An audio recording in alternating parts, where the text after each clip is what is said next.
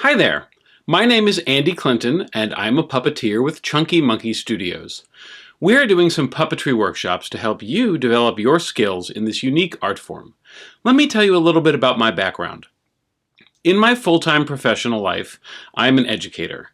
I have 20 years as an English teacher and now 5 years as a high school counselor. But I have a lifelong affinity for puppetry, particularly in the Henson and Muppet style that you see on TV or in the movies. And I've been practicing this as a hobby and as a side hustle for 15 or 16 years now, as an enthusiast and a freelance artist. My training has come from several longtime Henson and Muppet professionals, particularly through the late great Beyond the Sock workshop that was running for a long time at the University of North Texas. I'm very happy to pass along some tips, knowledge, practical experience to help you get started and to help you level up in what you do with puppets, especially on camera. So as a first step, I wanted to talk about basic lip sync. Lip sync and focus with puppets are your two most important skills to master. Does the character look like she is saying what you think she is saying? And does he look where he is supposed to be looking? We're going to do lip sync first. So practice with your most basic puppet of all, your hand. Okay, so you notice I start talking as soon as I bring my hand up because it's just wired into my brain by this point. Okay, so I'm not even going to put, stop that. I'm not even going to put practice eyes on at first. I'm just going to pull my hand up like this with my thumb underneath see my thumb is underneath my 4 fingers on top in classic puppet mouth position. You need to practice opening your hand once for each syllable so that it looks like your puppet is saying the words.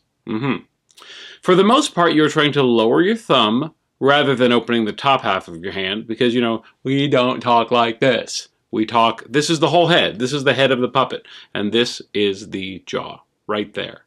Well, talking as I talk. So it takes some work to isolate that muscle.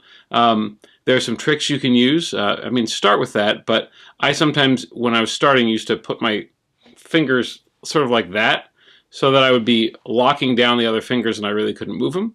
You can prop it up against a wall and talk like that to help you practice the muscles it takes to keep your thumb moving and not flop the whole hand. But you try to open just that as much as possible. So I want you to pick up your hand, like so, and count to 10.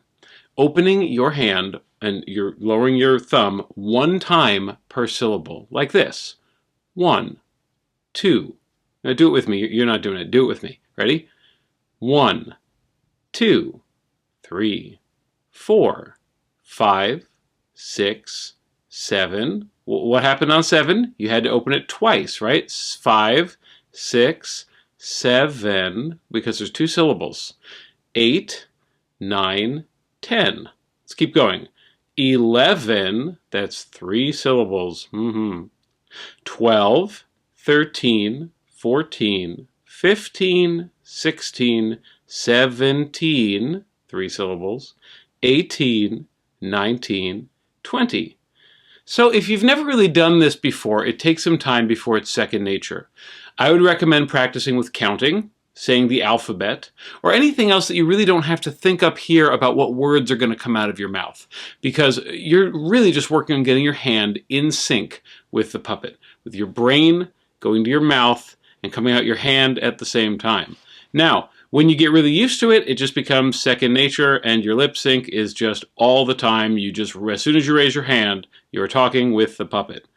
But before that point, just work on things you don't have to think about too much. Counting, saying the alphabet, and then you can start working on little scripts and little lines of dialogue. And then, with enough practice, the lip sync becomes automatic and you can focus on, well, focus, the other most basic important skill. We'll work on that next time. Thank you, and keep working through the workshops and tutorials from Chunky Monkey Studios. See you later.